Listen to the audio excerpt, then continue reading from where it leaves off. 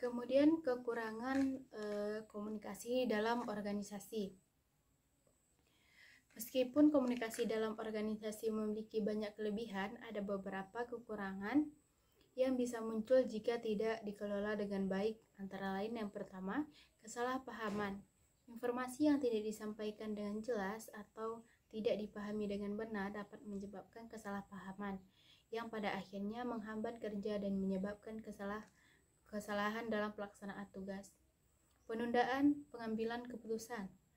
Terlalu banyak diskusi atau komunikasi yang tidak efisien dapat memperlambat proses pengambilan keputusan, terutama jika terlalu banyak pihak yang terlibat tanpa struktur komunikasi yang jelas. Kemudian yang ketiga, komunikasi berlebihan atau information overload, yaitu jika terlalu banyak informasi yang disampaikan sekaligus, karyawan dapat kewalahan dan sulit memprioritaskan informasi mana yang penting. Hal ini dapat menurunkan produktivitas dan juga menyebabkan kebingungan. Kemudian yang keempat, distorsi informasi. Ketika pesan melewati terlalu banyak saluran atau orang, informasi bisa terdistorsi atau berubah sehingga pesan yang diterima berbeda dari pesan yang dimaksud oleh pengirimnya. Kemudian pengaruh hierarki. Dalam organisasi yang sangat hierarki, komunikasi mungkin terhambat karena karyawan merasa enggan untuk menyampaikan pendapat atau memberikan umpan balik secara jujur kepada atasan yang dapat menghambat pertukaran ide dan juga informasi. Kemudian yang keenam, kurangnya komunikasi yang efektif.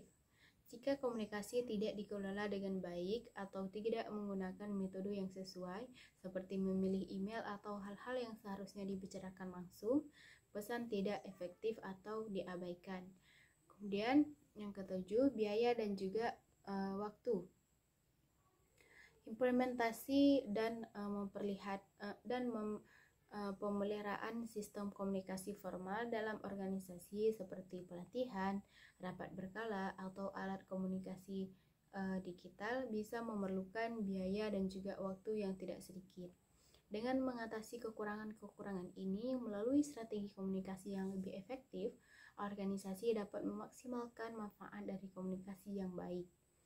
Kemudian selanjutnya kita masuk kepada pembahasan strategi komunikasi yang digunakan dalam organisasi.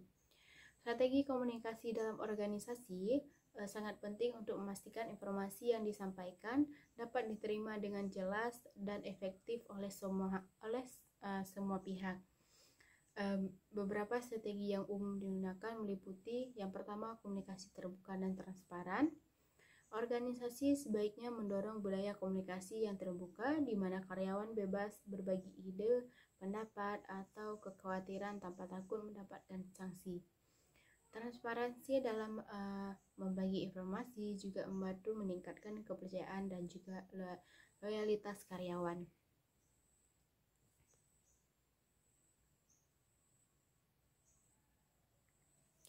Penggunaan saluran komunikasi yang tepat. Pemilihan saluran komunikasi yang sesuai untuk berbagai jenis informasi sangat penting.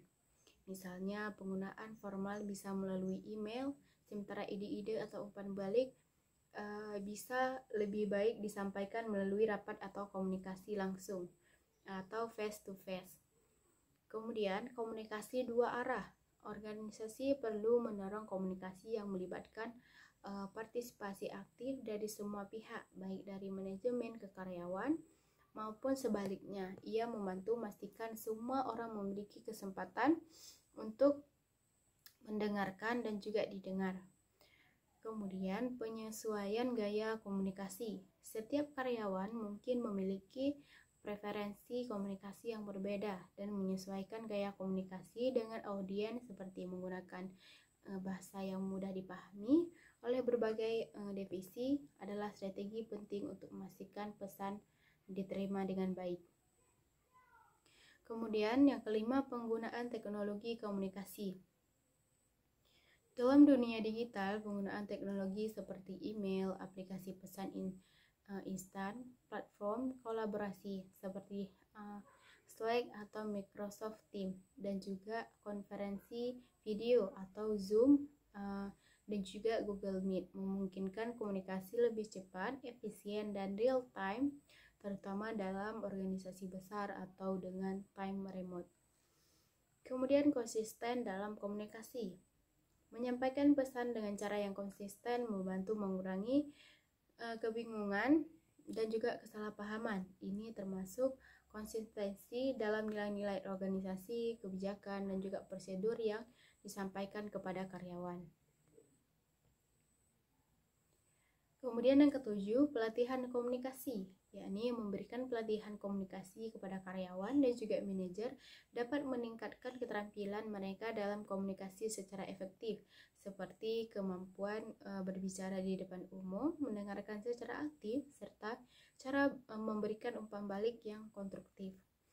Kemudian selanjutnya, umpan balik berkelanjutan, yakni menciptakan sistem yang memungkinkan karyawan untuk memberikan umpan balik secara rutin dan juga menerima tanggapan dari atasan juga menjadi salah satu strategi yang efektif. Umpan balik ini membantu menyelaraskan ekspektasi dan juga meningkatkan kinerja tim. Kemudian mengelola konflik secara efektif. Penerapan strategi komunikasi yang fokus pada resolusi konflik melalui media dan diskusi yang konstruktif adalah kunci yang menjaga hubungan antar karyawan tetap sehat dan juga produktif. Rapat struktur dan juga produktif. Mengadakan rapat yang terstruktur dengan agenda yang jelas dapat memfasilitasi komunikasi yang efektif. Rapat yang terlalu sering atau tanpa tujuan yang jelas dapat menghambat produktivitas, sehingga manajemen waktu dan fokus dalam rapat sangat penting.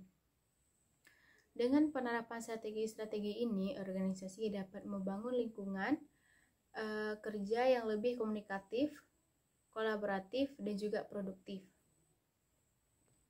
Peran pemimpin dalam komunikasi organisasi. Yang pertama, peran antar personal.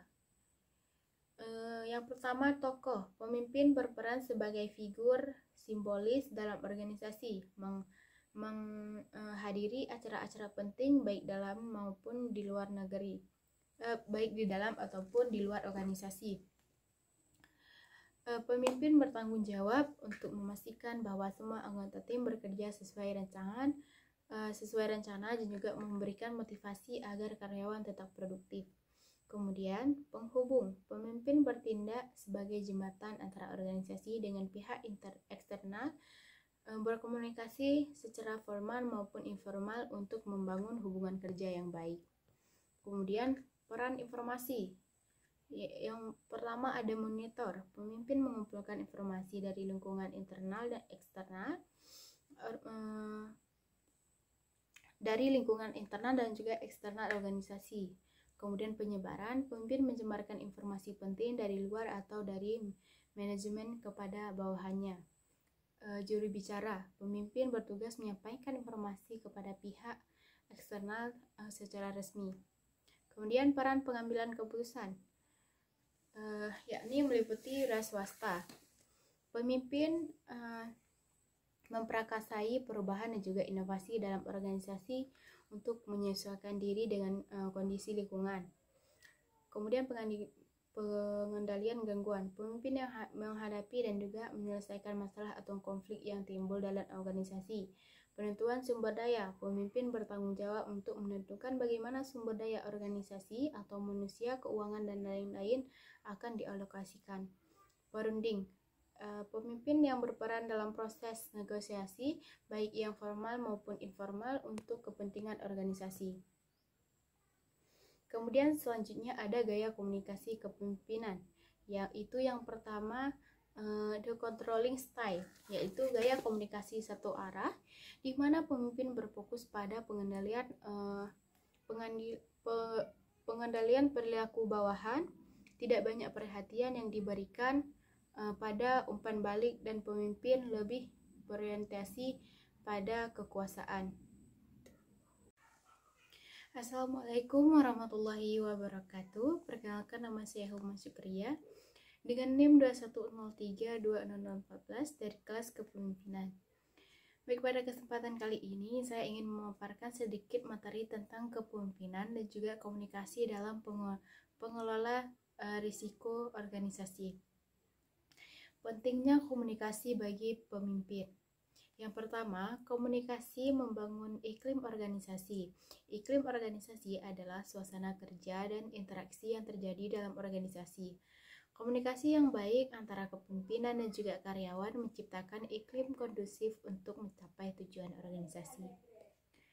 Budaya organisasi terbentuk dari nilai-nilai dan kepercayaan yang dibangun melalui komunikasi kepercayaan yang dibangun melalui komunikasi.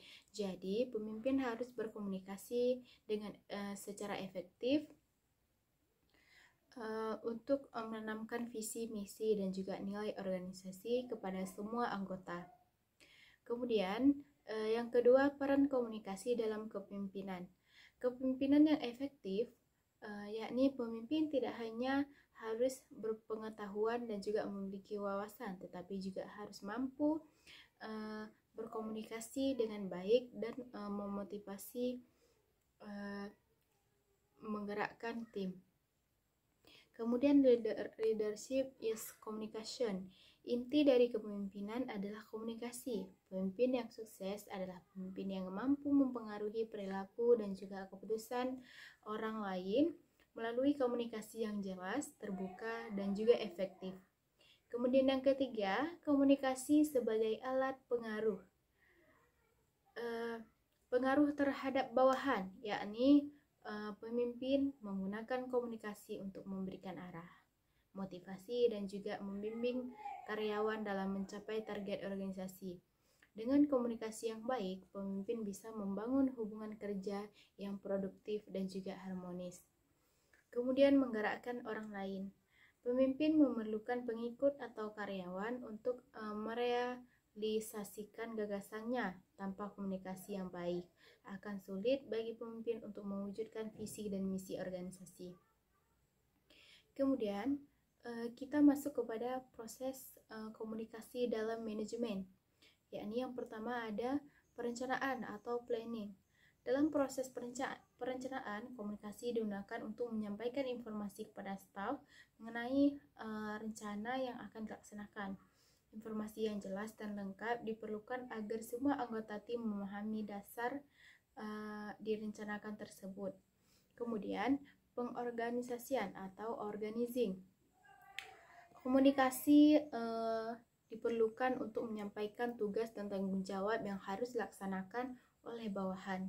Dengan komunikasi yang jelas, setiap anggota tim mengetahui peran mereka dalam struktur organisasi. Kemudian selanjutnya, pengaruh atau directing. Manajer atau pemimpin perlu berkomunikasi untuk memberikan arahan atau instruksi agar setiap orang dalam tim dapat bekerja secara terarah untuk mencapai tujuan organisasi. Kemudian pengambilan keputusan. Komunikasi yang memungkinkan manajer untuk mengambil keputusan yang baik berdasarkan informasi yang dikumpulkan dari berbagai sumber di dalam organisasi. Tanpa komunikasi yang efektif, pengambilan keputusan bisa mengganggu. Kemudian teori komunikasi dalam organisasi, yakni yang pertama komunikasi formal, yaitu komunikasi yang diakui dan disetujui oleh organisasi. Fokusnya adalah pada tugas-tugas dan produktivitas. Contohnya, komunikasi formal termasuk memo, kebijakan, dan juga surat-surat resmi. Kemudian komunikasi informal. Komunikasi yang terjadi secara sosial di antara anggota organisasi. Komunikasi ini tidak selalu terkait langsung dengan pekerjaan, namun tetap penting dalam membangun hubungan antar anggota. Contohnya adalah percakapan santai atau obrolan selama istirahat. Korelasi dengan ilmu komunikatif. Ilmu komunikasi dan organisasi mempelajari bagaimana komunikasi berlangsung di antara individu dalam organisasi. Metode yang digunakan, media komunikasi yang diperoleh dalam proses komunikasi. Kemudian fungsi komunikasi dalam organisasi. Yang pertama, fungsi informatif.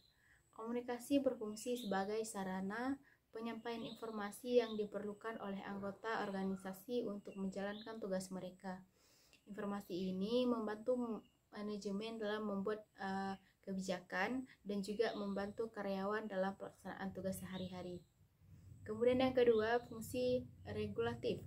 Komunikasi berfungsi untuk mengatur perilaku anggota organisasi melalui aturan dan juga regulasi yang berlaku. Fungsi ini memastikan bahwa pekerjaan dilaksanakan sesuai dengan prosedur yang ditetapkan. Yang ketiga ada fungsi persuasif. Pemimpin yang menggunakan komunikasi untuk mempersuasi atau memotivasi bawahannya agar bekerja dengan semangat. Pemimpin yang baik lebih memilih untuk mempengaruhi karyawan melalui persuasi daripada memaksakan kekuasaan. Kemudian fungsi integratif. Komunikasi menciptakan saluran bagi karyawan untuk bekerja sama dan berinteraksi, baik melalui jalur formal maupun informal seperti laporan kemajuan atau diskusi santai di luar jam kerja. Kemudian ada tujuan komunikasi dalam organisasi. Tujuan komunikasi dalam organisasi meliputi beberapa aspek penting. Yang pertama, menyampaikan informasi.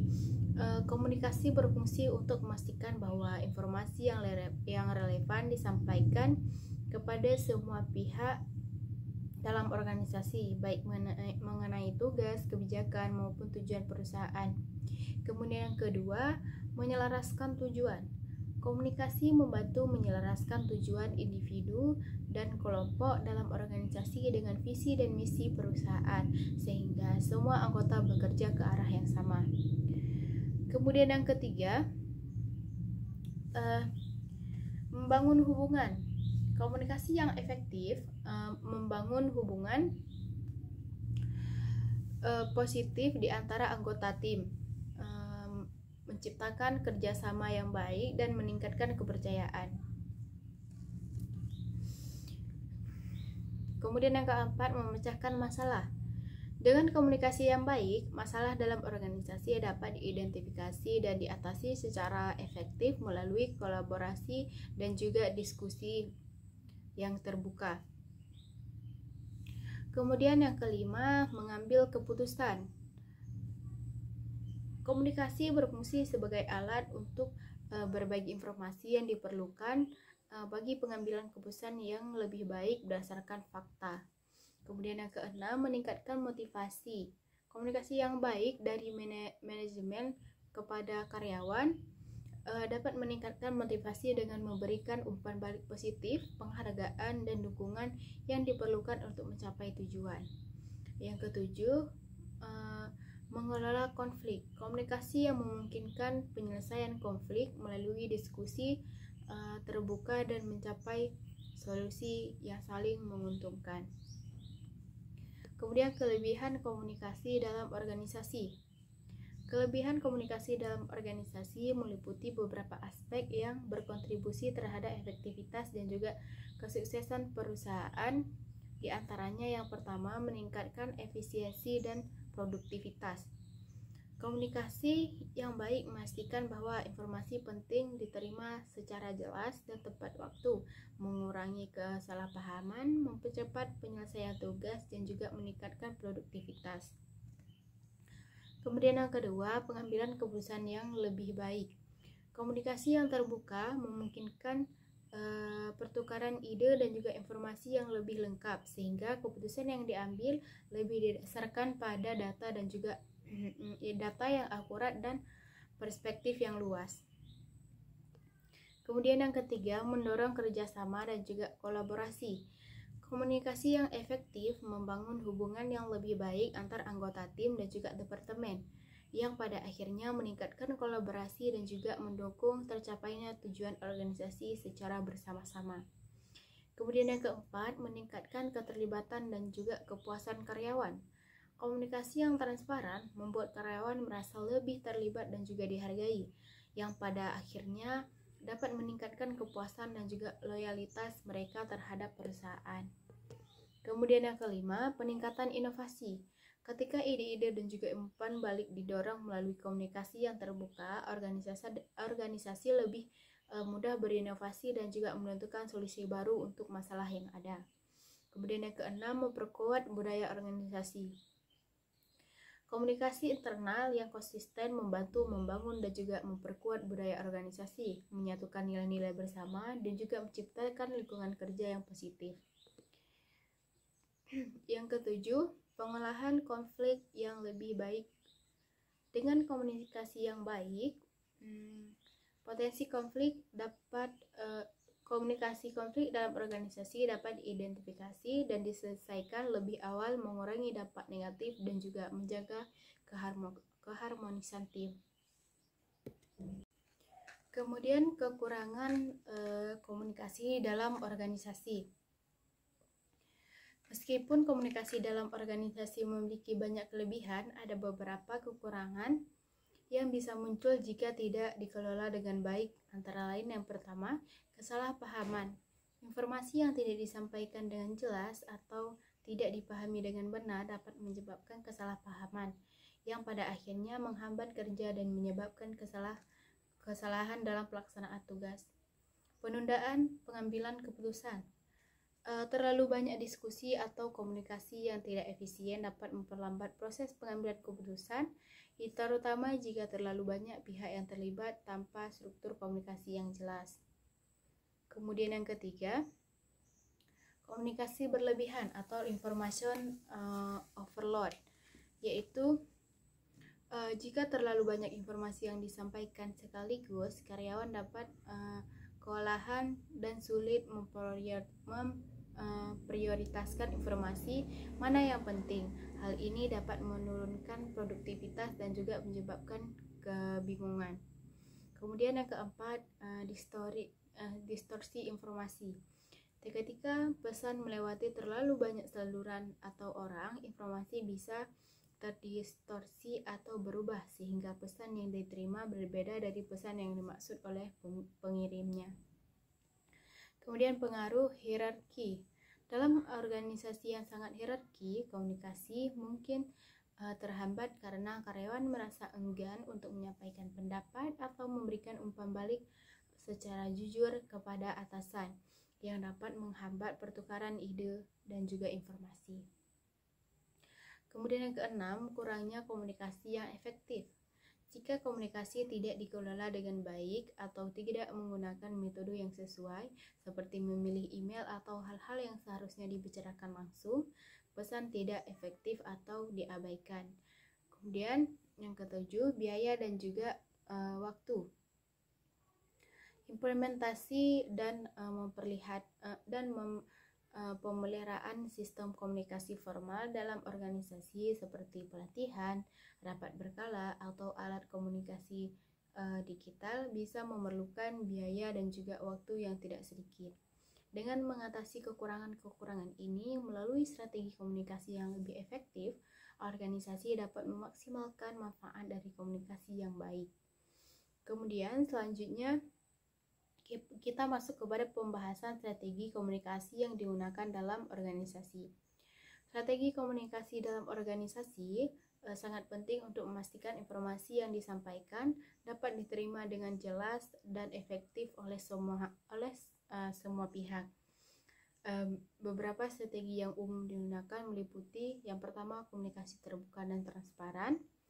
Organisasi sebaiknya mendorong budaya komunikasi yang terbuka, di mana karyawan bebas berbagi ide, pendapat, atau kekhawatiran tanpa takut mendapatkan sanksi.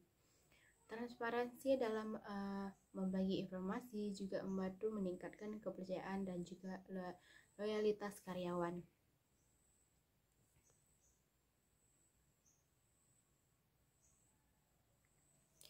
Penggunaan saluran komunikasi yang tepat. Pemilihan saluran komunikasi yang sesuai untuk berbagai jenis informasi sangat penting. Misalnya, penggunaan formal bisa melalui email, sementara ide-ide atau umpan balik bisa lebih baik disampaikan melalui rapat atau komunikasi langsung. atau face to face. Kemudian komunikasi dua arah. Organisasi perlu mendorong komunikasi yang melibatkan partisipasi aktif dari semua pihak, baik dari manajemen ke karyawan maupun sebaliknya. Ia membantu memastikan semua orang memiliki kesempatan untuk mendengarkan dan juga didengar. Kemudian penyesuaian gaya komunikasi. Setiap karyawan mungkin memiliki preferensi komunikasi yang berbeda dan menyesuaikan gaya komunikasi dengan audiens seperti menggunakan bahasa yang mudah dipahami oleh berbagai divisi adalah strategi penting untuk memastikan pesan diterima dengan baik. Kemudian yang kelima, penggunaan teknologi komunikasi. Dalam dunia digital, penggunaan teknologi seperti email, aplikasi pesan instan, platform kolaborasi seperti Slack atau Microsoft Teams, dan juga konferensi video atau Zoom dan juga Google Meet memungkinkan komunikasi lebih cepat, efisien, dan real time, terutama dalam organisasi besar atau dengan time remote. Kemudian konsisten dalam komunikasi. Menyampaikan pesan dengan cara yang konsisten membantu mengurangi kebingungan dan juga kesalahpahaman. Ini termasuk konsistensi dalam nilai-nilai organisasi, kebijakan, dan juga prosedur yang disampaikan kepada karyawan. Kemudian yang ketujuh, pelatihan komunikasi, yakni memberikan pelatihan komunikasi kepada karyawan dan juga manajer dapat meningkatkan keterampilan mereka dalam komunikasi secara efektif, seperti kemampuan berbicara di depan umum, mendengarkan secara aktif, serta cara memberikan umpan balik yang konstruktif. Kemudian selanjutnya, umpan balik berkelanjutan, yakni menciptakan sistem yang memungkinkan karyawan untuk memberikan umpan balik secara rutin dan juga menerima tanggapan dari atasan juga menjadi salah satu strategi yang efektif. Umpan balik ini membantu menyelaraskan ekspektasi dan juga meningkatkan kinerja tim. Kemudian mengelola konflik secara efektif. Penerapan strategi komunikasi yang fokus pada resolusi konflik melalui media dan diskusi yang konstruktif adalah kunci yang menjaga hubungan antar karyawan tetap sehat dan juga produktif. Rapat struktur dan juga produktif. Mengadakan rapat yang terstruktur dengan agenda yang jelas dapat memfasilitasi komunikasi yang efektif. Rapat yang terlalu sering atau tanpa tujuan yang jelas dapat menghambat produktivitas, sehingga manajemen waktu dan fokus dalam rapat sangat penting. Dengan penerapan strategi-strategi ini, organisasi dapat membangun lingkungan kerja yang lebih komunikatif, kolaboratif, dan juga produktif. Peran pemimpin dalam komunikasi organisasi. Yang pertama, peran antar personal. Yang pertama, tokoh. Pemimpin berperan sebagai figur simbolis dalam organisasi, menghadiri acara-acara penting baik dalam maupun di luar negeri, baik di dalam ataupun di luar organisasi. Pemimpin bertanggung jawab untuk memastikan bahwa semua anggota tim bekerja sesuai rencana dan juga memberikan motivasi agar karyawan tetap produktif. Kemudian, penghubung. Pemimpin bertindak sebagai jembatan antara organisasi dengan pihak eksternal, berkomunikasi secara formal maupun informal untuk membangun hubungan kerja yang baik. Kemudian, peran informasi. Yang pertama ada monitor. Pemimpin mengumpulkan informasi dari lingkungan internal dan eksternal, dari lingkungan internal dan juga eksternal organisasi. Kemudian penyebaran, pemimpin menyebarkan informasi penting dari luar atau dari manajemen kepada bawahannya. Juru bicara, pemimpin bertugas menyampaikan informasi kepada pihak eksternal secara resmi. Kemudian peran pengambilan keputusan, yakni meliputi ras swasta. Pemimpin memprakarsai perubahan dan juga inovasi dalam organisasi untuk menyesuaikan diri dengan kondisi lingkungan. Kemudian pengendalian gangguan. Pemimpin yang menghadapi dan juga menyelesaikan masalah atau konflik yang timbul dalam organisasi. Penentuan sumber daya. Pemimpin bertanggung jawab untuk menentukan bagaimana sumber daya organisasi atau manusia, keuangan, dan lain-lain akan dialokasikan. Perunding. Pemimpin yang berperan dalam proses negosiasi, baik yang formal maupun informal, untuk kepentingan organisasi. Kemudian selanjutnya ada gaya komunikasi kepemimpinan, yaitu yang pertama the controlling style, yaitu gaya komunikasi satu arah, di mana pemimpin berfokus pada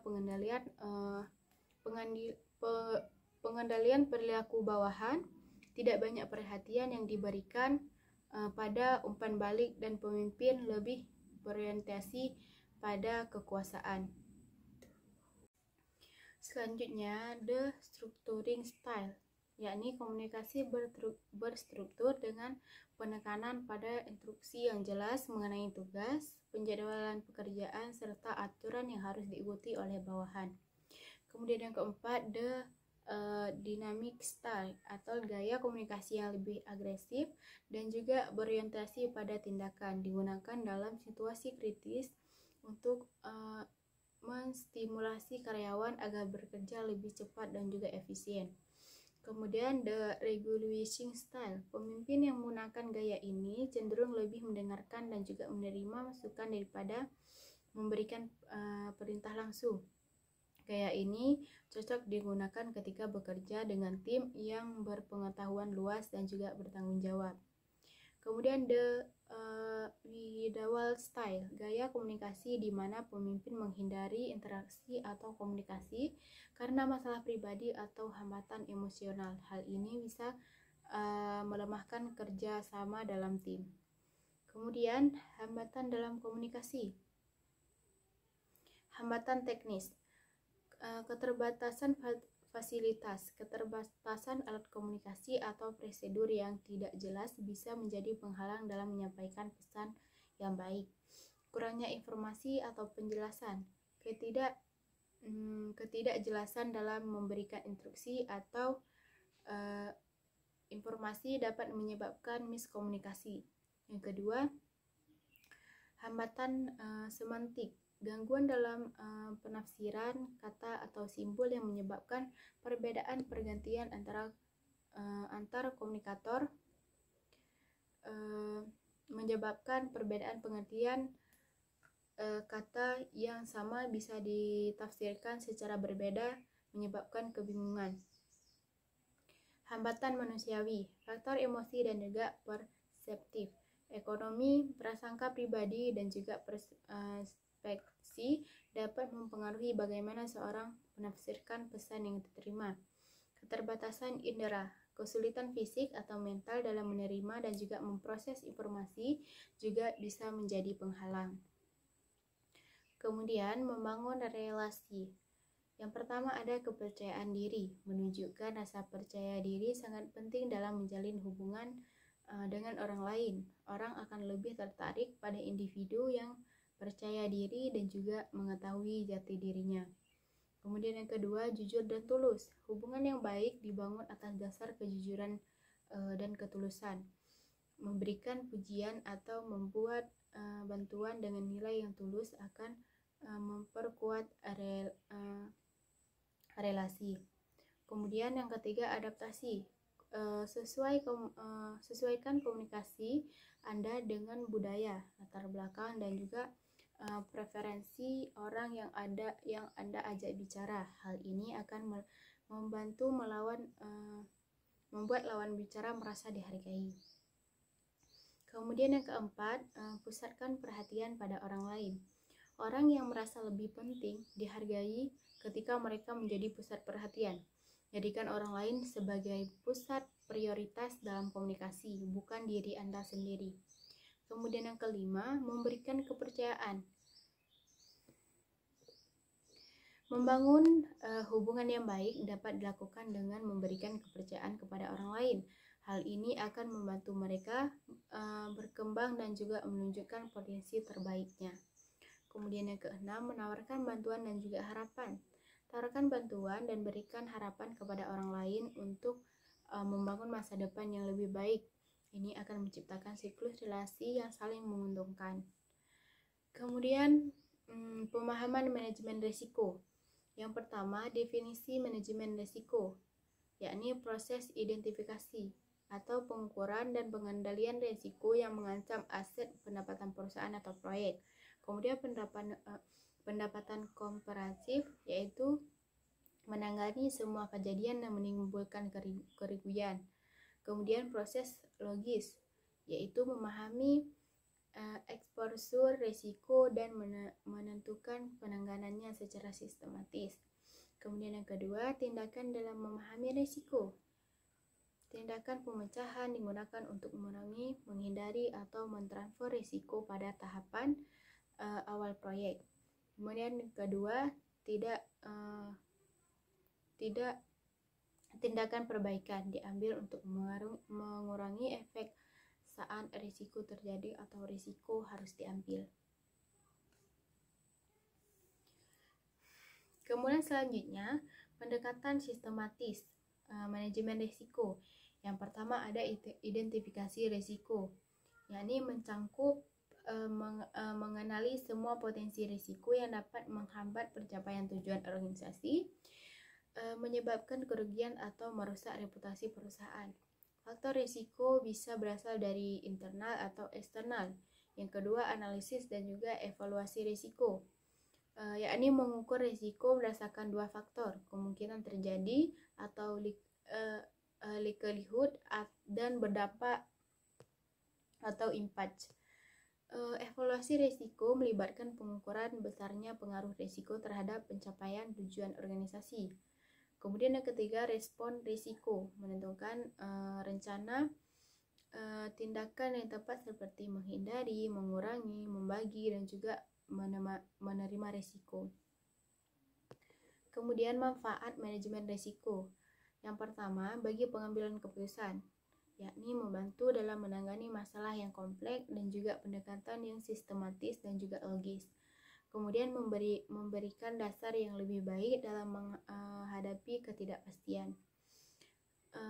Yang kedua, estimasi biaya yang akurat, memungkinkan estimasi biaya yang lebih tepat dengan memperhitungkan risiko yang mungkin terjadi dalam setiap pengambilan keputusan bisnis. Kemudian stabilitas dan juga keberlanjutan perusahaan, yakni menjamin keberlanjutan perusahaan dengan melindungi dari risiko-risiko yang tepat, mengganggu stabilitas operasional dan juga finansial. Kemudian sasaran manajemen risiko. Yang pertama, mencegah kegagalan perusahaan.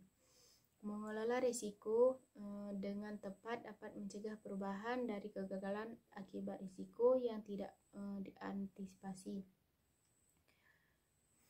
Yang kedua, stabilitas operasional. Memastikan operasi perusahaan berjalan dengan lancar tanpa gangguan yang signifikan akibat risiko. Yang ketiga, meminimalkan biaya. Pengelolaan risiko yang baik dapat menekankan biaya tambahan akibat kegagalan atau kerugian yang tidak terduga. Kemudian yang keempat, pertumbuhan berkelanjutan. Manajemen risiko yang efektif mendukung pertumbuhan perusahaan yang berkelanjutan dengan mengurangi ketidakpastian dan juga gangguan operasional. Strategi manajemen risiko. Strategi manajemen risiko adalah rencana dan tindakan yang diambil untuk mengidentifikasi, mengevaluasi, dan juga mengelola risiko yang dapat mempengaruhi pencapaian tujuan organisasi. Berikut adalah beberapa strategi utama dalam manajemen risiko. Yang pertama, menghindari risiko. Tujuannya menghilangkan risiko sebelumnya dengan menghindari tindakan atau keputusan yang berpotensi memicu risiko tersebut. Contohnya, sebuah perusahaan mungkin memutuskan untuk tidak memasuki pasar baru yang terlalu berisiko atau membatalkan proyek yang terlalu mahal dengan tingkat keberhasilan yang rendah. Kemudian, yang kedua, mengurangi risiko. Tujuannya mengambil tindakan untuk mengurangi kemungkinan terjadi risiko atau mengurangi dampak negatif jika risiko tersebut terjadi. Contohnya, perusahaan dapat memasangkan sistem keamanan siber untuk mengurangi risiko serangan siber atau menyediakan pelatihan keselamatan kerja bagi karyawan untuk mengurangi kecelakaan. Kemudian mentransfer risiko atau risk transfer. Tujuannya yaitu memindahkan dampak finansial atau operasional dari risiko kepada pihak ketiga. Biasanya melalui kontrak atau asuransi. Contohnya membeli polis asuransi untuk melindungi perusahaan dari kerugian finansial akibat bencana alam atau kecelakaan. Subkontrak juga merupakan bentuk transfer risiko di mana tanggung jawab sebagai pekerjaan diserahkan kepada pihak lain. Kemudian menerima risiko. Tujuannya menyadari risiko namun memilih untuk tidak melakukan tindakan mitigasi karena dampaknya dianggap kecil atau biaya mitigasinya melebihi manfaatnya. Contohnya, sebuah perusahaan mungkin memilih untuk tidak melindungi dirinya dari risiko minor yang dianggap memiliki dampak kecil terhadap bisnis seperti fluktuasi harga bahan bakar dan dalam jumlah yang kecil. Kemudian diversifikasi risiko. Tujuannya mengurangi dampak risiko dengan menyebarkan eksposur ke berbagai bidang atau proyek sehingga kerugian dalam satu area tidak sepenuhnya merusak seluruh organisasi. Contohnya, perusahaan dapat mendiversifikasi portofolio produk atau juga berinvestasi di beberapa pasar yang berbeda untuk mengurangi risiko penurunan dalam satu sektor. Kemudian monitor risiko. Tujuannya menunjukkan perkembangan risiko secara terus-menerus dan juga menyesuaikan strategi jika diperlukan.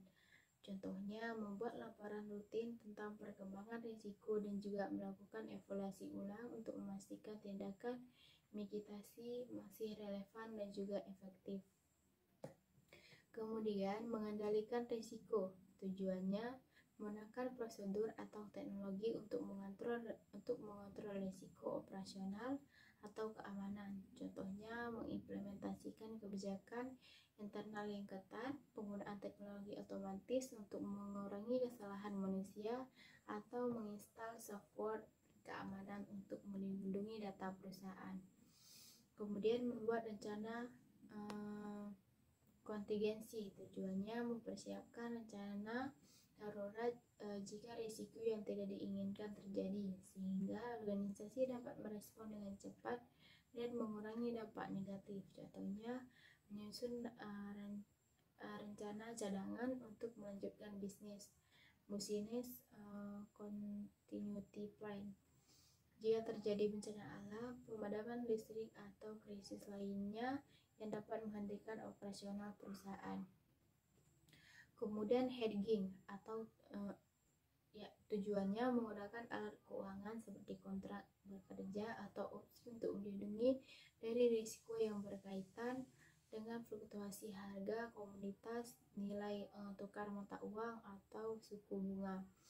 Contohnya, sebuah perusahaan yang beroperasi di pasar internasional dapat menggunakan hedging untuk melindungi dari fluktuasi nilai tukar yang merugikan. Kemudian yang ke-10, membangun budaya kesadaran risiko. Tujuannya membangun kesadaran di seluruh organisasi tentang pentingnya manajemen risiko sehingga setiap anggota tim memahami tanggung jawab mereka dalam mengidentifikasi dan juga mengelola risiko. Contohnya, menyediakan pelatihan dan juga pendidikan kepada karyawan tentang praktik terbaik manajemen risiko, serta memastikan keterlibatan aktif dari setiap departemen dalam mengidentifikasi risiko. Kemudian, pembuatan model risiko. Tujuannya menggunakan model matematika atau simulasi untuk memprediksi kemungkinan terjadinya risiko dan dampaknya terhadap organisasi. Contohnya, perusahaan menggunakan simulasi Monte Carlo atau analisis skenario untuk mengevaluasi berbagai hasil potensial dari proyek investasi atau keputusan bisnis lainnya. Kemudian audit risiko internal.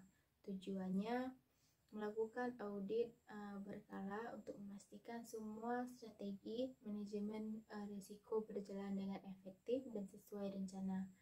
Contohnya, organisasi melakukan audit untuk mengevaluasi proses kontrol risiko, pemudahan peraturan, dan memastikan tindakan imigrasi yang sudah direncanakan berjalan sesuai harapan. Kemudian yang ke-13, mengintegrasikan manajemen risiko dengan proses bisnis. Tujuannya menjadikan manajemen risiko bagian dari setiap keputusan bisnis, sehingga risiko dinilai dan dikelola dalam semua aspek operasional. Contohnya memasukkan evaluasi risiko dalam perencanaan strategi, mengembangkan produk atau ekspansi pasar baru. Strategi manajemen risiko yang efektif akan selalu disesuaikan dengan profil risiko organisasi, dilakukan dengan operasional dan juga jangkauan jangka panjang. Pendekatan ini harus bersifat dinamis dan disesuaikan secara berkala untuk menghadapi perubahan yang terjadi di lingkungan bisnis. Baik, sekian pemaparan materi dari saya. Lebih dan kurangnya saya mohon maaf. Wabillahi taufik wal hidayah. Assalamualaikum warahmatullahi wabarakatuh.